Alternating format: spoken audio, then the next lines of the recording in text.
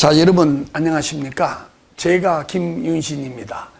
자, 이번 원포인트 레슨 시간에는 우리가 글을 잘 쓴다는 의미, 또 말을 잘한다는 의미, 어떤 사람은 정말 아주 명작, 아주 고급 텍스트를 썼다.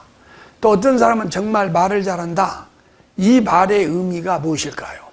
그리고 오늘날 글을 쓰고 말을 한다는 것을 의사소통이라고 하는데, 이 소통이 오늘날 강조되는 그 배경에는 무엇이 있을까요? 거기에 대해서 우리가 한번 강의를 해보겠습니다. 자, 우리는 서류함에서 글을 씁니다. 그리고 그 글에 대한 인터뷰를 합니다. 역할 연기나 발표는 어떤 주제에 대해서 남을 설득하기 위하여, 또 어떤 갈등을 해결하기 위해서 글도 쓰고 말을 합니다. 보고서는 글을 쓰죠. 집단 토론, 심층 면접, 여기에서 이런 것은 매우 중요한 의미가 있기 때문에 오늘 한번 좀 깊게 다뤄볼 그런 중요한 태제가 되는 것이지요. 자, 글을 쓰고 말을 잘한다. 여기서 글과 말이라고 하는 것은, 자, 우리가 글을 읽고 쓰죠. 의사소통입니다. 말을 듣고 말을 하죠. 우리가 의사소통이 매우 중시되는 사회입니다. 그러면 우리가 의사소통이 중시되는 이유는 뭐냐면, 여기에 이 바탕에는 민주주의라는 그런 시대적 변화가 있습니다. 요즘에 지금이 2017년 이제 5월 말일이 되는데, 굉장히 사회가 민주주의가 되고 또 새로운 대통령이 탄생했습니다. 이 사회가 민주주의가 될수록 상대방을 지시나 이런 명령 위주로 관리를 하지 못하고 설득을 하고 이해를 시켜야 하는 그런 시대가 된 것입니다. 과거에는 과장이면 계장한테, 교장이면은 교사한테 이렇게 하시오. 그러면 예 하고 따랐습니다. 그러나 지금은 왜 그래야 합니까? 이렇게 반문을 합니다. 그렇기 때문에 설득을 해야 하는데, 이 설득의 힘, 이게 바로 오늘 주제로 말을 잘하고 글을 잘 쓴다는 말의 의미입니다. 그러니까 어떤 사람이 글을 잘 쓰고 말을 잘한다, 그 말은 그 글과 말에 설득의 힘이 있다, 이것을 말합니다. 그러면 어떻게 해야만이 설득의 힘이 있을까요? 자, 그것은 바로 이런 겁니다. 우리가 오늘 배울 것이 어떤 주제에 대해서도 글을 잘 쓰고 말을 잘하고 역할 연기를 잘하고 토론에서 상대방을 잘 설득하고 압박 질문에도 당황하지 않고 말을 잘하고 역량평가에서 채점위원에게 감명을 주고 주어진 글, 상대방 말 속에서 에토스, 파토스, 로고스를 찾아낼 수 있다. 그래서 오늘 이 주장은 바로 이 에토스, 파토스, 로고스입니다. 이 에토스는 인격이란 말이고, 파토스는 감성이라고 하고 정념이라고 합니다. 로고스는 논리, 이성이란 뜻이 됩니다. 그러니까 우리가 그 사람이 말을 잘한다, 글을 잘 쓴다는 것은 설득의 힘이 있다 그러고, 설득의 힘은 바로 에토스. 이제 에토스는 우리 한국식 발음이죠. 에토스. 이것은 인격. 인격이라는 것은 도덕적 기품, 굿윌, 어떤 좋은 선의를 많이 갖고 있거나, 그 다음에 굿센스, 그래서 상식과 분별력이 있을 때 그 사람을 인격이 있다고 그러죠. 선의. 그 다음에 이제 어떤 도덕적인 기품, 그리고 분별력. 이 분별력이라고 하는 거죠. 분별력. 세상 이치를 잘 아는 것을 분별력이라고 합니다. 이 인격이 있는 사람은 결코 분별력이 없는, 무리하지 않는, 그러니까 분별력이 없는, 이치를 벗어나지 않는 그런 상식을 가지고 있는 사람이 바로 에토스, 인격이라고 합니다. 그 다음에 설득의 힘은 요 인격 말고 또 로고스, 논리, 이성. 사람은 합리적이야죠.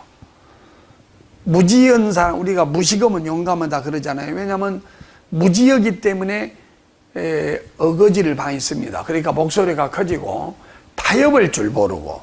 그러나 합리적이다 그 말은 이치에 맞는 주장을 한다. 그래서 상대방의 이성에 호소를 합니다. 그 다음에 또 하나가 우리가 뭐냐고 말하냐면 여기에서 말하는 바로 이 점이죠. 파토스. 원래 이제 영어식 발음은 페이서스 그러지만 우리 한국식으로 파토스. 이 파토스는 정념이라고 해도 되고요. 정념. 정감. 그 사람은 참 정감 어린 사람이다. 감성. 이런 것을 우리가 말을 합니다. 그러면 여기에서 말에 힘이 있으려면은 요 세 가지가 있었는데 여기서 여러분이 제일 중요한 것은 뭐라고 생각하십니까? 그것은 바로 인격이 되겠죠. 이게 있어야 이것도 빛을 발휘합니다. 자, 우리는 여기서 그 사람이 인격이 있냐 없냐 하는 것은 여러 가지로 판단할 수 있습니다. 자, 비좁은 자리를 지나갈 때 어떻게 지나가느냐 그 행동을 보면 그 사람의 인격을 알 수 있지요. 그 다음에 아동학대에 대해서 어떻게 생각하십니까? 그 말에 어떻게 응답하는가를 보면 그 사람의 인격을 알 수 있습니다. 성소수자에 대한 견해를 물어볼 때, 또 성폭력에 대한 대처 방법을 물어볼 때 그 사람의 인격을 우리가 알 수가 있습니다. 인격이 논리, 정담, 감성을 호령합니다. 그러니까 이게 없으면 이건 필요가 없는 것이죠. 인격이 있어야 상대방에게 감성을 자극해서 공감을 이끌어내고 인격이 있는 사람의 논리가 통하는 것입니다. 인격이 없어버리면 그 어떤 논리를 들이대도 그 어떤 상대방의 감성을 뭉클하게 해도 그 말에는 힘이 없는 것이지요. 그렇기 때문에 우리는 좋은 선의를 가지고 있어야 됩니다. 상대방 잘 되기를. 그리고 도덕적으로 하늘을 우러러 부끄러움이 없어야 합니다. 그리고 분별 있는 삶, 분별 있는 행동을 해야 합니다. 이것이 바로 인격이에요. 그러면 우리가 본론으로 들어와서 우리가 그 짧은 시간에 토론을 한다, 어떤 주제에 대해서 역할 연기를 한다, 서류함에서 인터뷰를 한다, 심층 면접에서 압박 질문을 한다. 우리는 그냥 인격을 알 수 있어요. 상관하고 지금까지 공무원 생활을 하면서 갈등이 있었습니까? 예, 있었습니다. 없었습니다. 그 말 한마디면 그 사람 인격을 알 수 있어요. 그러면 갈등이 있을 때 그것을 어떻게 해결했나요? 그 사람의 공직자로서의 인격이 그냥 드러납니다. 이 점은 전혀 수긍을 못할 바가 아니겠지요. 그러면 이 세 가지만 있으면 무조건 힘이 나오냐? 이것은 배열이 또 아주 중요합니다. 배열. 배열이라는 것은 다른 게 아니고요. 이제 여기서 강의를 하고 나서 나중에 이제 요 주제에 대해서 요 학교폭력 학생부 기재에 타당하냐 요것에 대해서 내가 이제 말을 하겠는데, 여러분 우리가 요리를 할 때 똑같은 재료를 줘도 비율이 달라지면 그 맛이 전혀 다르다는 거 기억하시죠? 커피를 먹더라도 물과 설탕과 커피의 배합이 중요하듯이 이것은 배열이 중요한데, 배열은 주제가 무엇인가, 또 듣는 시청자가 누구인가, 청취자가 누구인가, 글을 읽는 독자가 누구인가, 여기에 따라서 로고스, 파소스, 에토스의 그 비율이 달라집니다. 우리가 결혼식에 가서 주례를 쓸 때는 주례를 쓴다 그러면 뭐가 제일 강조될 것 같습니까? 그때는 이 파토스입니다. 내가 사랑하는 제자인데 정말로 성실하고 신부를 사랑해주고 신랑을 잘 존경하고 따르고, 이러한 이 상대방의 감성을 자극하는 요것이 많아야 되겠죠. 우리가 어떤 학술대에 가면은 로고스가 많아야 될 것입니다. 그리고 어린아이한테 가르치는 강단에 섰을 때는 인격의 배합이 중요할 것입니다. 그러면 우리가 주제에 대해서도 그렇습니다. 여기에 보면 학교폭력을 없애기 위해서 학생부한테 기재한다. 그러면 학생부한테 학교폭력을 기재하면은 비록 그 아이가 잘못된 행동을 했다고 해도 현대판 좋은 글씨가 돼가지고 그 아이의 장래를 가로막는다면 이것은 논리적으로도 과잉 처분이 아닌가. 그리고 감정적으로 우리 자식을 가지고 있는 사람으로서 비록 한때 잘못을 했다고 해서 그 아이의 앞길에 좋은 글씨를 주는 것이 맞겠는가. 감성과 이성에 우리가 호소를 하게 되는 것입니다. 이런 경우는 또 우리가 이제 아동폭력이라고 하는 주제, 이 아동폭력은 독자적인 어떤 저항의식이 없는, 저항할 힘이 없는 아동에 대해서 폭력, 이것은 우선 감성적으로 굉장히 이게 범죄성이 크다는 것을 우리가 상대방한테, 독자들한테, 청자들한테 말을 함으로써 공감을 이끌어낼 때 그것이 설득의 힘을 갖는 것입니다. 그러나 2015 개정 교육과정이라든지 국정화 교과서라든지 이런 주제에는 파토스, 감성을 자극하기보다는 논리와 이성을 가지고 설득해야 말의 힘이 있는 것이지요. 그렇기 때문에 우리는 보고서를 쓸 때, 역할 수행을 할 때, 집단 토론을 할 때 그 주제가 청소년 비만에 관한 것이냐, 아동 폭력에 관한 것이냐, 진로 교육에 관한 것이냐, 이런 것에 따라서 감성을 더 섞어서 이 얘기를 할 수도 있고 논거를 더 섞어서 이 얘기를 할 수가 있는 것입니다. 그러면 여기서 이 로고스는 무엇에 의해서 결정이 되느냐? 이 로고스는요, 우리가 흔히 과학적 논증이 있고 그 다음에 수사적인 논증이 있습니다. 과학적 논증은 아주 알기 쉽게 말해서 과학자가 황우석 박사가 어떤 배아복제를 한다거나 이런 것에 대한 논증이니까 굉장히 정밀성을 요구하는 그러한 논증, 논리가 필요합니다. 그래서 이것은 절대불변의 어떤 보편적인 지식을 가지고 논증을 해야 돼요. 그러나 수사적 논증은 개연성 또는 그럴듯함, 100% 확실하지 않아도 그럴듯한 논거면은 충분합니다. 그러니까 아까 말할 때 이것의 배열이 주제와 청자와 독자에 따라서 이것의 배열이 적절해야만이 우리가 설득력이 있다고 하듯이 과학자가 과학적 논증을 할 때는 이게 절대적 힘을 발휘를 합니다. 그런데 과학자가 논증을 할 때 정감을 많이 섞어버리면 힘이 없죠. 예를 들면 내가 병원에 갔단 말이에요. 근데 병원에 가서 사랑하는데 아내가 어떤 암이 걸렸어요. 그럴 때 의사 선생님한테 우리 아내가 이렇게 앞으로 치유는 될 수 있을지, 살 수 있을지 이렇게 질문을 했을 때 그 의사 선생님이 파토스를 많이 섞어서 이 얘기를 한다고 해보십시다. 예를 들면 이런 논리, 아직 환자가 젊으시고 애기도 어리고 그런데 죽으면 되겠습니까? 걱정하지 마십시오. 이건 아무런 힘이 없습니다. 그게 도대체 될 말입니까? 그러나 논리와 이성을 가지고 이건 암이 몇 기지만 전이가 안 돼 있다. 그리고 직장암은 죽는 병이 아니다. 100% 복원이 가능하다라고 논리를 많이 섞을 때 힘이 있는 것입니다. 그러니까 우리는 의사 선생님의 그 로고스, 파토스, 에토스, 그리고 이제 이 에토스는 인격이죠.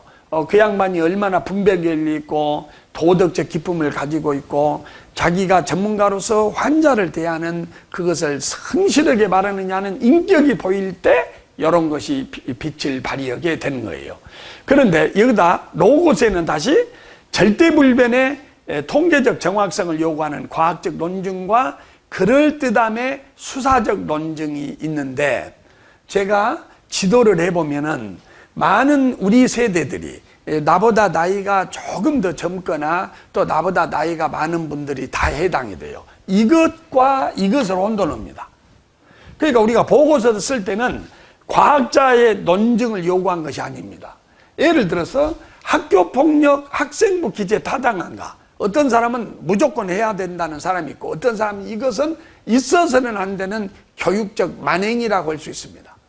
이것은 자기의 가치관에 따라서 달리 주장할 수 있는 그럴듯함의 논증만 있으면 되는 거예요. 근데 여러분들이 여기에 대해서 집단 토론을 하거나 발표를 하거나 보고서 쓸 때 나의 주장이 틀리면 어쩔까 하고 글을 쓰지 못하고 자신 있게 말을 하지 못하는 이유는 너무나 보편타당한 정확한 논증만 들이대려고 하니까 거기에서 말문이 막힌 겁니다.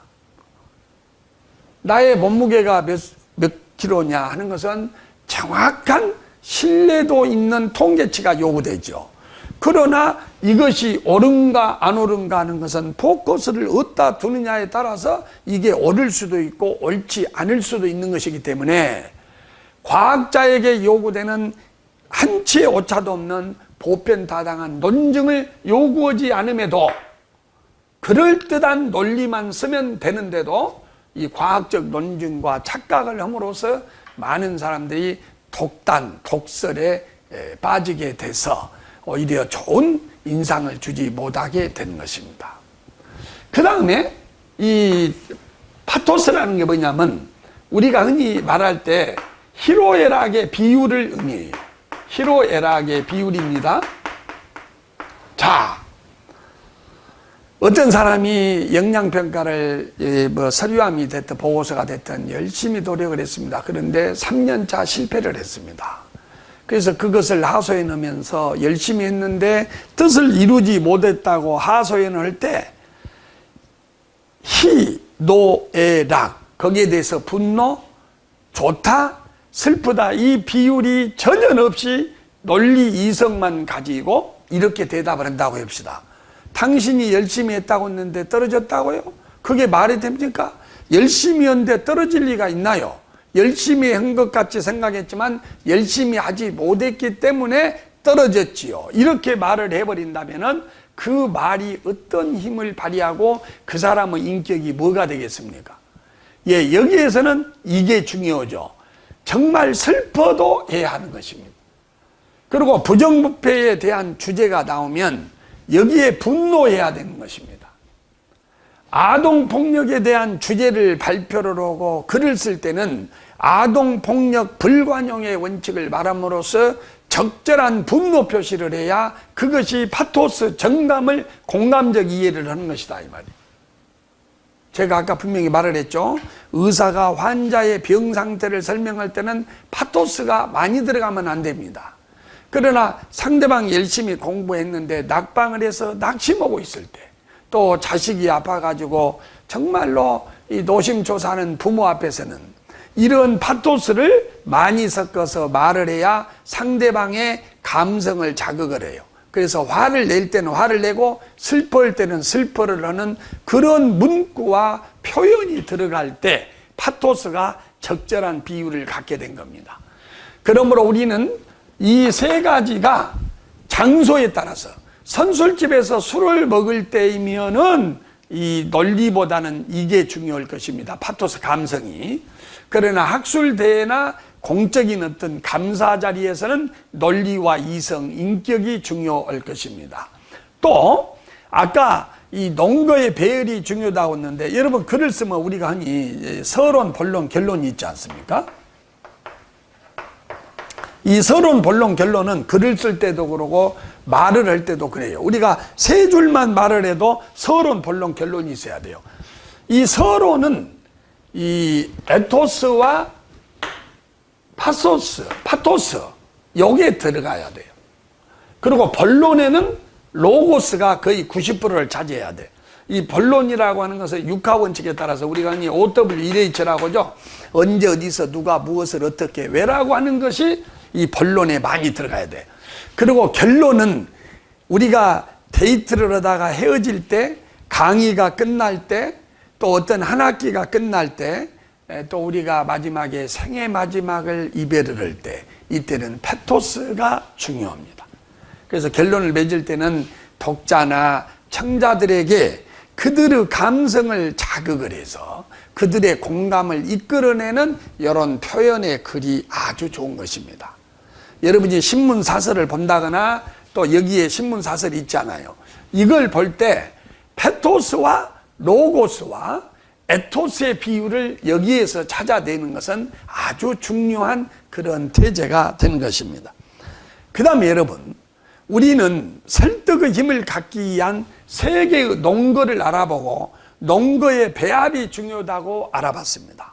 그 다음에 또 하나는 뭐냐, 이 논거의 배합이 아무리 잘 돼도 표현이 미숙해버리면 말의 힘을 잃고 맙니다. 자, 여러분, 우리는 아주 훌륭한 그런 학자의 강의를 듣기 위해서 대학교 때, 우리 대학교 다닐 때는 벌써 오래된 얘기입니다만은 헌법학자 허영 교수님의 강의를 듣기 위해서 또 김동길 박사의 역사 이야기 강의를 듣기 위해서 정말로 복도에서 서서 강의 듣고 이런 적이 있었습니다. 그런데 웬걸 강의를 들어봤더니 예를 들면 그 두 분을 말한 것이 아니고 우리가 말한 것과는 다른 그런 실망을 한 경우가 많이 있는데 그것이 표현 방법의 미숙에서 오는 겁니다. 표현에서는 그게 말로 표현을 하든 글로 표현을 하든 저는 딱 두 가지만 말을 하려고 합니다. 하나는요, 간결, 명료 이렇게 되어 있습니다. 이 많은 분들이 보고서를 쓸 때, 토론을 할 때, 발표를 할 때 이걸 지키지 않습니다. 심지어 어떤 분은 짧게 쓰면은 성의가 없게 보인다고 해서 무대표로 길게 쓰기도 하는데 그건 맞지 않습니다. 보십시오. 말이 간결하고 명료해야 하는 이유는 듣는 청자나 읽는 독자가 판단의 근거, 판단의 시간을 줘야 하기 때문에 그래요. 그러니까 말이 짧고 명료할 때 판단의 시간과 근거가 있어서 설득이 되는 겁니다. 근데 말이 너무 길면 사람의 기억력에는 한계가 있기 때문에 그걸 읽고 그걸 듣는 순간에 하면서 이 앞에를 잊어버리고 뒤에 거 생각해. 그래서 설득이 안 돼버려요. 자, 아버지한테 가가지고 나 옛날 공부할 때 우리 아버지한테 갔어요. 시험을 너무 많이 들으셨어요. 아버지, 한 번만 고시 공부를 하려니까 더 밀어주십시오. 이럴 때 딱 간단하게 아버지 1년만 더 저한테 기회를 주면 제가 수석을 해서 아버지 은혜에 보답하겠습니다. 이럴 때 우리 아버지는 나중에 들은 얘기인데 파토스를 자극을 해버려요. 은혜에 보답한다. 그러니까 그냥 가슴이 찡합니다. 그리고 지금까지 많이 해왔으니 1년만 더 주면 지금 거의 고지에 이르렀는데 1년 포기를 해서 아버지 지금까지의 노력이 아깝습니다 라고 했을 때 우리 아버지가 논리가 맞지 않습니까? 그래서 또 1년을 더 대주죠. 근데 이걸 그냥 우리 아버지가 듣고 기억하고 판단하는데 말을 한 5분 10분을 떠들어대면 판단의 근거가 없어요. 그래서 표현에서 제일 중요한 것은 간결 명료다. 요즘 그러면 간결 명료는 무조건 글자 수를 줄이고 그 다음에 말의 시간을 줄이면 될까요? 그것보다는 적확한 언어를 써야 됩니다. 예, 그래서 우리가 언어 공부가 필요한 것이지요. 우리가 보고서에 어울리는 언어가 있습니다. 그 다음에 여기에도 보면 어떤 아주 딱 적확한 언어가 있습니다. 예를 들면 우리가 다문화 교육 같은 것을 말할 때 우리나라 다문화 교육을 방해 짓는 장애 요인이 뭐냐? 그것이 단일민족 신화입니다. 단일민족 신화란 건 뭐냐면 단일민족이 우수하다는 어떤 근거도 없습니다. 단일민족이 좋다고 하는 어떤 근거도 없습니다. 그런데 마치 또 우리가 단일민족이라는 그 근거도 없어요. 그러니까 단일민족이라는 근거도 없고 단일민족이 우수하다는 어떤 근거도 없습니다. 그럼에도 불구하고 단일민족 우수하다, 유구한 역사 이런 걸 강조함으로써 이 다문화에 대해서 편견을 낳게 한단 말이죠. 근데 이런 말을 간결하게 표현하는 것이 뭐냐면 단일민족 신화라는 말이에요. 신화는 사실이 아닌 것을 사실처럼 말한 게 신화입니다. 그러므로 단일민족 신화라고 하는 6자 속에 간결 명료한 용어가 들어가 있고 저과간 언어를 썼기 때문에 강결명확하고 듣는 사람이 시간이 많아. 그래서 이해를 해서 설복을 당하게 되는 것입니다. 그 다음에 또 하나는, 자, 우리 지금 세 가지를 말했어요. 말의 힘에는 인격, 에토스, 논리와 이성, 논증, 논거, 그게 바로 로고스. 그 다음에 감성, 정감을 자극하는 파토스가 있어야 한다고 그랬어요. 두 번째는 그것이 배합이 잘 돼야 되고, 세 번째는 표현이 강렬명확해야 한다고 그랬습니다. 그러면 이 모든 것을 잘하려면 뭐가 있어야 되냐? 기억이 있어야 돼, 기억. 여러분, 인터뷰할 때, 또 역할수행 보시는 분은 여기다가 뭐 빨래집기 같은 거 갖고 가서 자료를 찢어가지고 색연필 아무리 해도 질문 받으려 그거 자료 찾으려 해서 많은 사람들이 실패를 합니다. 그렇게 하지 마시고 키워드를 기억을 해야 됩니다. 그럼 키워드를 기억을 하면 어떻게 되느냐? 평상시 어떤 주제가 떠오르면 키워드를 찾아서 그것을 머릿속에 자꾸 사색하는 버릇을 들여야 됩니다. 예를 들면 이 학교폭력 학생부 기재 타당한가를 요럼을 이렇게 점 하나 둘 셋 넷 다섯 여섯째 줄 이걸 하지 말고 낙인효과, 주홍글씨 요런 키워드만 알면 돼요. 낙인효과가 뭡니까? 낙인이라는 게 그거 아니야? 아, 저놈은 폭력의 전과가 있어. 쟤는 어울리면 안 돼. 낙인을 찍어버려요. 그러니까 옆에 친구도 없고 또 이 아이가 상심을 해서 자포자기를 해. 그래서 더 나쁜 짓을 한다. 이거 아닙니까? 그러니까 이게 옳으냐 안 옳으냐 할 때 이런 다양한 말보다는 이런 낙인효과라는 촌철살인의 키워드, 이 네 글자 속에 엄청난 내용이 들어가 있단 말이죠. 이런 키워드를 알아서 적절하게 기억을 해야만이 어떤 질문에도 답할 수 있고, 청중들이 무엇을 말하든 청중들이 막 잡다하게 질문합니다. 여보시오, 이거 어쩌고 저쩌고 어쩌고. 그 말을 기억하면 다 못해요. 그 말을 쭉 2분 듣고 여기서 키워드가 이거다, 그걸 알고 거기에다가 살을 붙이는 것이 표현이고 그렇습니다. 그러니까 기억은 키워드로 돼, 표현은 뼈와 살을 붙이는 것입니다. 그럴 때 지나치게 길지도 않고 지나치게 짧지도 않는 것이죠. 그 다음에 마지막은 이제 뭐가 필요하냐? 어떤 것이든지 연기술이 표현합니다. 우리 동양에서는 표현과 연기술에 대해서 상당히 부정적인 시야를 가지고 있습니다. 우리 공자도 말씀하기를 얼굴빛을 자주 바꾸고 그 다음에 글을 너무 현란하게 꾸미는 사람 치고 어진 사람이 없다 해서 우리는 오랫동안 표현에 미숙해 왔습니다. 그리고 이런 연기술에 미숙해 왔습니다. 그러면 연기술이라는 것은 다른 것이 아닙니다. 말에는 강약이 있어야 됩니다. 길게 할 때, 짧게 할 때, 목소리를 키울 때, 또 동작을 겸손하게 해야 할 때, 또 동작을 크게 해야 할 때, 때로는 주먹을 쥘 때, 그리고 때로는 상대방의 시선을 살짝 피하면서 좀 곤란하다는 어떤 징표를 보이고, 때로는 상대방의 미간을 빤히 눈동자를 쳐다보면서 호감을 보이는 이런 연기술이 합쳐질 때 그 사람의 말에는 힘이 있다, 이렇게 보여집니다. 우리는 아돌프 히틀러의 말, 아돌프 히틀러가 연설을 할 때는 그 당시가 아주 암울했던 그런 시절인데요. 항상 해가 땅거미가 지는 그때를 삼아서 연설을 합니다. 사람이 석양이 되면 마음이 슬퍼집니다. 이때의 파토스를 자극을 해서, 물론 이게 이제 그래갖고 독일 국민을 그냥 전쟁광으로 몰아넣어버렸던 거예요. 그리고 그 사람이 연설을 할 때 쓰는 손동작에 강력한 힘이 있습니다. 그리고 논리도 들어가 있었지요.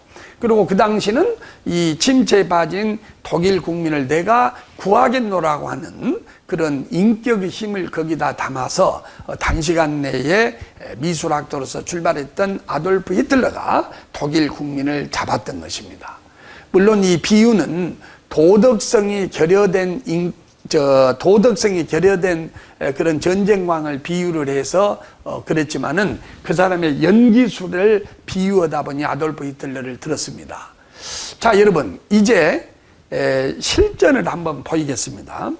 자, 이게 한결의 논쟁이다 해서 학교폭력 학생부 기재 타당한가 이건데, 이 말이, 이 사설이 힘을 가지려면 인격적인 글이 되어야 합니다.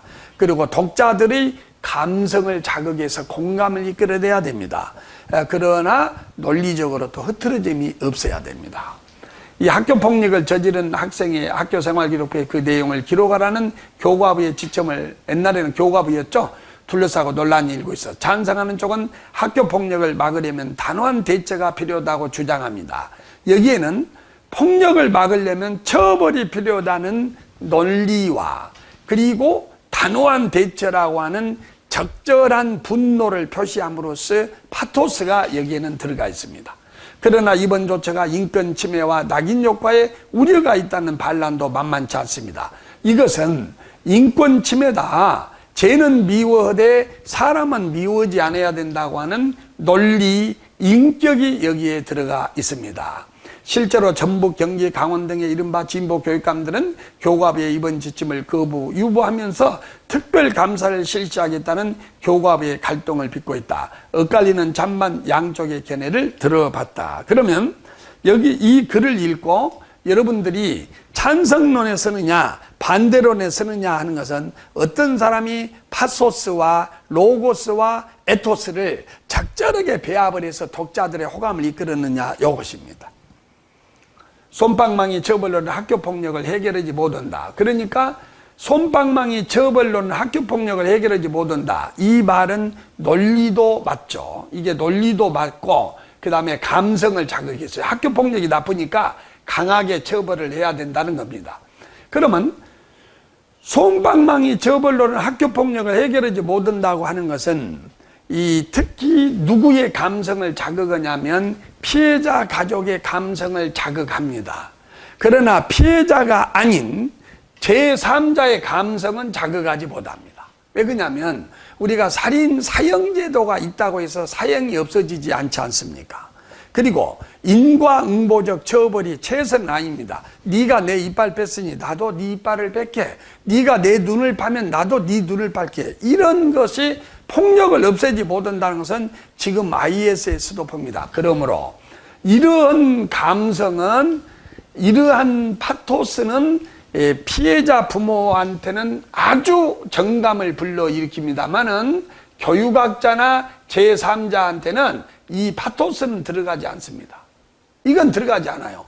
우리가 어떤 사람이 아프다, 어떤 여자가 아프다 그럴 때 그 가족은 마음이 아프지만은 의사는 가족이 아닙니다. 그러므로 무덤덤하게 로고스, 논리대로 치료를 하고 논리적으로 설명을 합니다. 죽을 사람을 내가 이렇게 말하면 슬퍼할 거다, 그래서 산다, 이렇게 말 안 씁니다. 이것은 현대의학으로는 고치기가 어렵습니다. 사실대로 말을 합니다. 그러니까 이런 것을 여러분이 보고, 그 다음에 학생부의 가해 사실 기록하면 경각심을 일으켜서 학교폭력을 줄 것, 이런 것이 논리죠. 그리고 약자 권리보호가 인권에 부합이 된다. 여기에는 논리, 인격, 감성이 다 들어가 있습니다. 자, 조 암묵에 제가 성함은 쓰지 않았습니다. 협회 회장인데요. 학교폭력으로 자살한 아이들 들고 있다. 가장 안전해야 할 학교가 독버섯처럼 피해난 폭력으로 얼룩지면서 우리 아이들을 죽음으로 내몰고 있는 것입니다. 여기서 죽음으로 내몰고 있다. 폭력과 죽음은 조금 논리로 보면은 좀 일반화됐고 확대됐습니다. 물론 학교폭력으로 자살을 하는 아이들이 있죠. 그러나 그것의 비율을 일반화해서 일반화 오류를 범하고 있습니다. 그러면 이것은 논리적으로는 30점만 주겠습니다. 그럼에도 불구하고 폭력이 이 한참 천리만길 아이를 죽음으로 내몰고 있다고 하는 것은 피해자 가족과 앞으로 또 우리 자녀를 학교에 보낼, 또 연약한 자녀를 둔 학부모의 감성을 자극하기에는 충분합니다. 그러므로 논리로 보면은 찬성을 하지 않겠지만 감성으로 보면 또 찬성을 할 것입니다. 그동안 정부는 여러 차례 대책을 내놓았다. 그러나 학교 현장에서 폭력은 사라지지 않고 있고 그것은 솜방망이 처벌로는 근본적으로 해결하기 힘들다는 것입니다.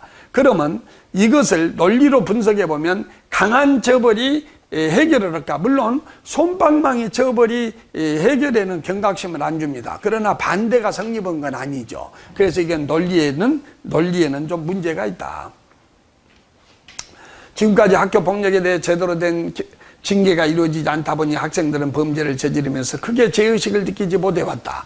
이것은 논리가 다 맞는 건 아닙니다. 왜 그러냐면 처벌을 하면요 어떤 문제가 생기냐면 사람은 보상심리가 있습니다.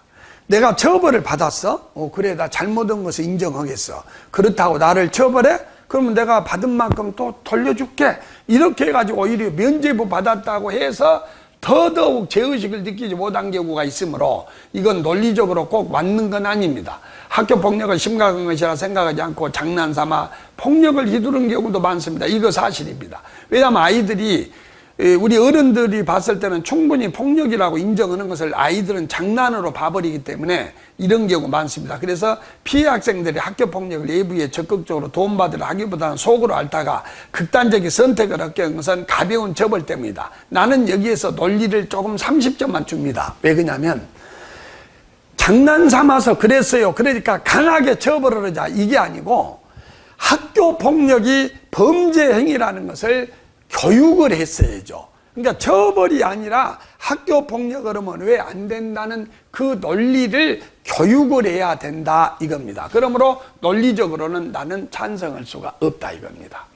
이런 가운데 최근 교과부가 내놓은 학교 폭력 가해 사실에 대한 학교 생활기록부 기록 방침은 환영할 만하다. 학생부의 가해 사실을 기록하게 되면 입시를 앞둔 아이에게 경각심을 일으켜서 자연스럽게 학교 폭력 이것도 감성적으로는 내가 인정을 해요. 왜냐하면 이 학교 폭력은 가장 청소년기에 가장 중요한 타자가 동료입니다. 우리는 동료를 통해서 나를 보거든요.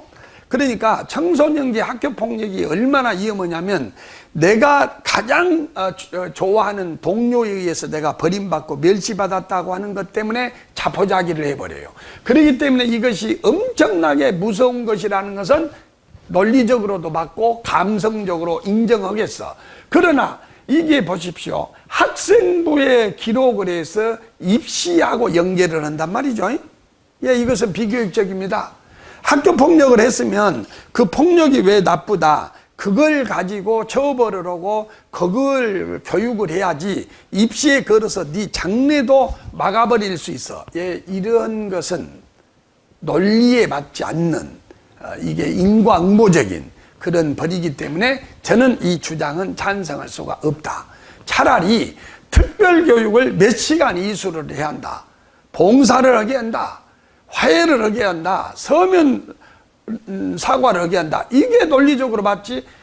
우리 대한민국에서 입시가 갖는 게 얼마나 중요합니까?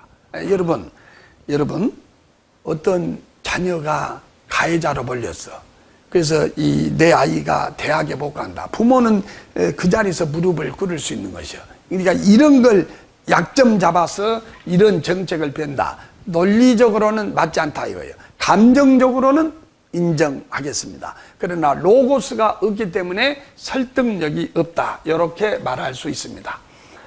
그런데 일부 지방교육청에서 가해 학생의 인권이 침해된다는 이유를 들어서 이런 조치를 보류하고 있다는 사실에 통탄을 금할 길이 없다. 여기 이제 일부 지방교육청이 아까 말했던 진보 교육감님들 한 번의 실수로 남은 인생의 불이익을 받게 되는 것이 두렵다면 평생을 학교폭력으로 고통받고 학업까지 포기하며 살아야 하는 피해 학생과 그 가족의 아픔, 정말 피해자의 감성을 자극한 것을 인정하겠는데 한 번 학교 폭력을 당했다고 해서 평생 고통받고 학업까지 포기한다. 이것은 일반화의 오류입니다. 그러므로 로고스 논리적으로는 논거가 좀 부족하다. 과연 학교 폭력의 학교 생활기록부 기재를 제고한다는 방침을 논할 수 있는지 묻고 싶다. 더욱이 상급학교 진학 때 우려되는 불이익에서 가해 학생을 보호하기 위하여 학생 행동이나 태도에 긍정적 변화가 있는 경우 이를 학교 생활기록부의 행동 특성 및 종합 의견란에 구체적으로 기록하도록 하여 낙인 효과를 방지하도록 하고 있다. 이건 논리적으로 매우 타당합니다.